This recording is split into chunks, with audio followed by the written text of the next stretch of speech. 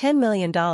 How can it begin to change not just circumstances, but the hearts of people, turning sincerity into opportunity and kindness into something others learn to exploit? The village that once moved slowly, quietly, honestly, was no longer the same. At first, the changes were subtle. A few more people started coming to Jack, not just to talk, but to ask. Small things at first. A little money for medicine. Help fixing a roof. Support for a sick relative. Each story came with emotion, with urgency, with reasons that were hard to ignore. And Jack helped. Because that was what he believed the money was for. Standing outside his house one morning, Jack handed a small envelope to a middle-aged man whose voice had trembled as he spoke about his struggling family. "Thank you, Jack, thank you so much," the man said, bowing his head repeatedly before leaving. Jack watched him go, a quiet sense of purpose settling in his chest. But not far away, two other villagers stood behind a wooden fence, watching the entire interaction. "Did you see that?" one whispered. He didn't even question it. The other smirked slightly. "Why would he? He has too much money." A pause. Then, in a lower voice, "Maybe we should try too." That was how it started.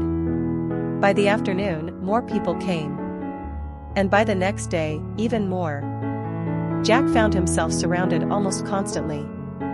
Faces filled with worry, voices filled with stories.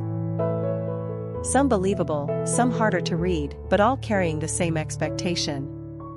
Help. Inside the house, Tu Tien stood quietly, watching as another group left after receiving money. Her expression was no longer just concerned, it was troubled. "Jack," she said softly. He turned toward her. "Yeah? We need to talk." A few minutes later, they sat across from each other at the small wooden table.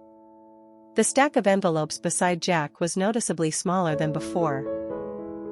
"You're giving too much," Tu Tien said directly. Jack frowned slightly. "They need help." "Some of them do," she replied. "But not all."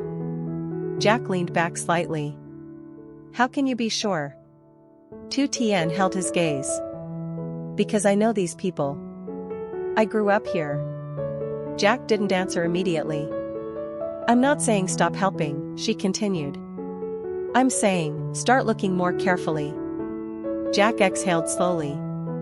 "So what do you want me to do? Question everyone? Doubt everyone?"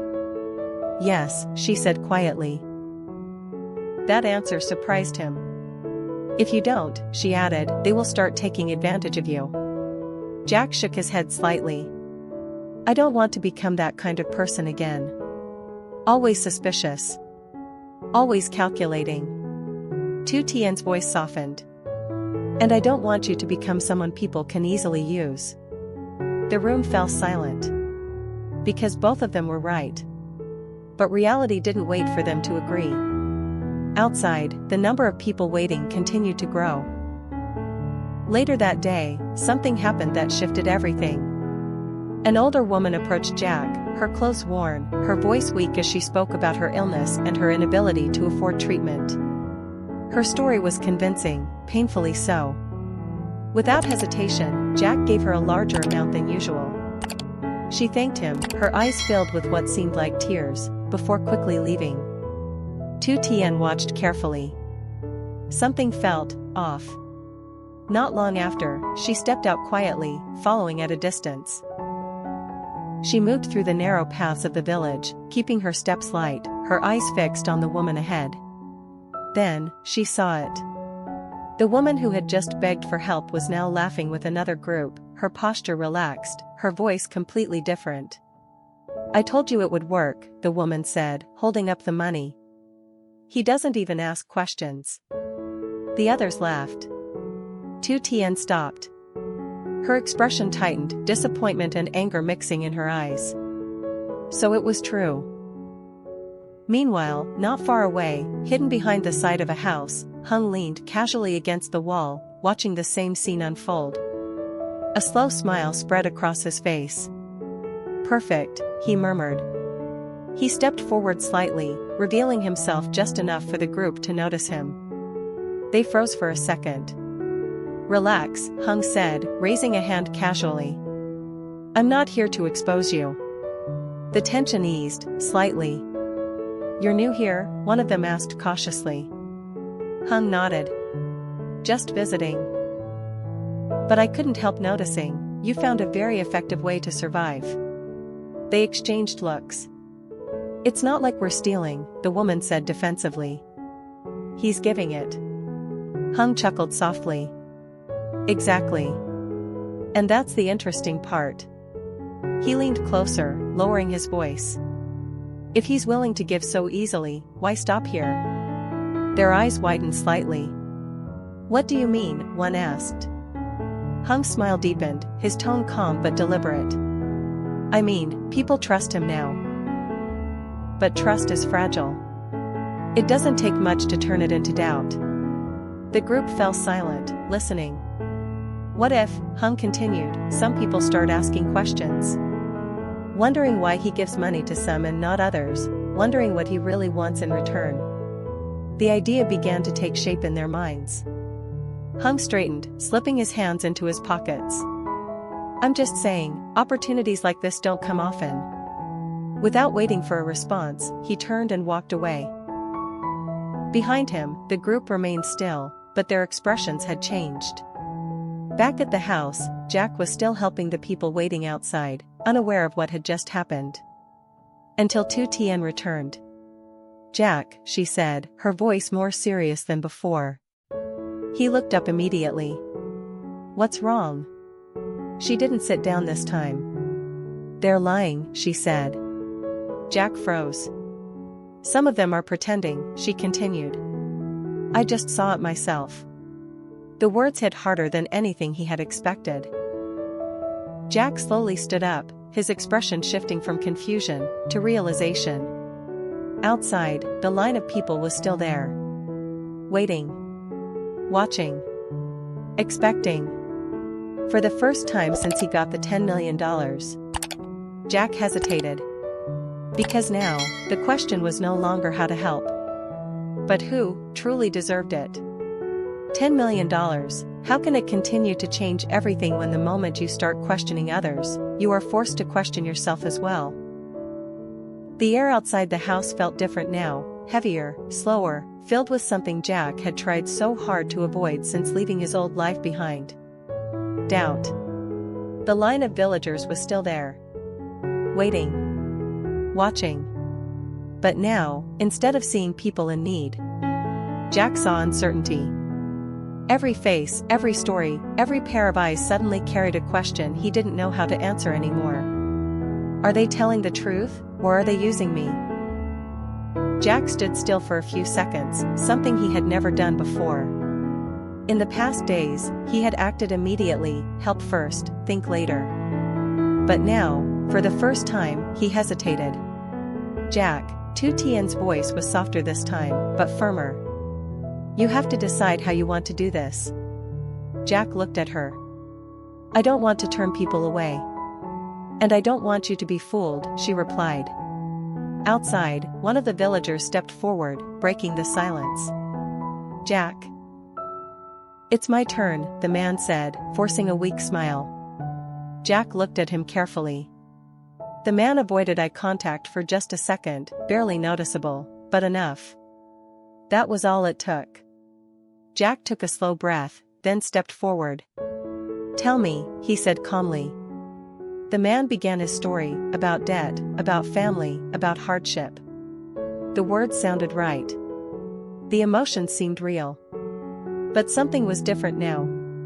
Jack listened, not just with his heart, but with his mind. When the man finished, the silence stretched longer than usual. I'm sorry, Jack said finally. The man froze. What do you mean? I'm not giving money today, Jack continued, his voice steady but not cold. Not like before. Murmurs immediately spread through the crowd. What? Why not? You helped everyone else. Jack raised his hand slightly, asking for calm. I will still help, he said. But not by giving money directly anymore. The tension rose instantly. Then how? Someone demanded. Jack glanced at Tu Tien for a brief second, then made his decision. If you need help, he said, you'll work with me. We fix things together. We build things together. And I will support you through that. The reaction was immediate and divided. Some people looked relieved. Others looked angry. So now we have to work for it, one man said sharply. Jack met his gaze. No. Now we build something real. From the edge of the crowd, Hung watched everything, his expression unreadable at first, then slowly shifting into something more interested. Well, he muttered. That's new. He crossed his arms, observing the growing tension. The situation was exactly what he wanted, but not exactly how he expected. This could go either way, he whispered. Back in the crowd, voices began to rise. He's changing. He's not the same anymore. He doesn't trust us. That last sentence hit harder than the rest. Jack's expression tightened slightly. That's not true, he said. I just want to do this the right way. But the damage had already begun. Truong Phan Pao stepped forward once again, his presence instantly quieting some of the noise. So, Pao said slowly, the kindness comes with conditions now. Jack looked at him. It comes with responsibility. Pao nodded slightly, as if expecting that answer. And who decides what responsibility means? Jack didn't hesitate this time. We do. Together. For a moment, Pao said nothing. Then he gave a faint smile, one that was difficult to read. We'll see if people agree with that. He turned and walked away. And just like that, the crowd began to break, not in unity, but in division. Some stayed. Some left. Some looked back with uncertainty. Inside, Jack felt something shift again. Not in the village. In himself. Later that evening, the house was quiet. Jack sat alone at the table, the remaining money untouched in front of him. For the first time, it didn't feel like a solution. It felt like a problem. Tu Tien sat across from him.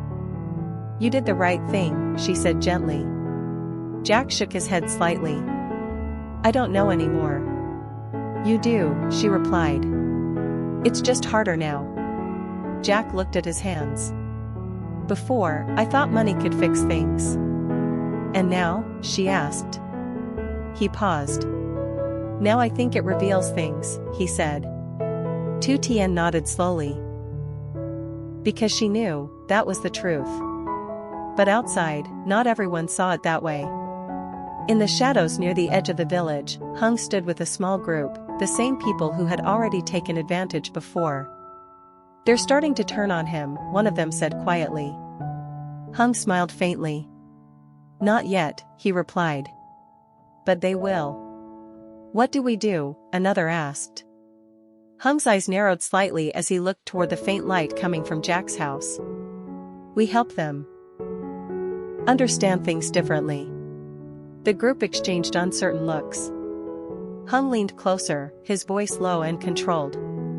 People don't turn against someone because of one decision, he said.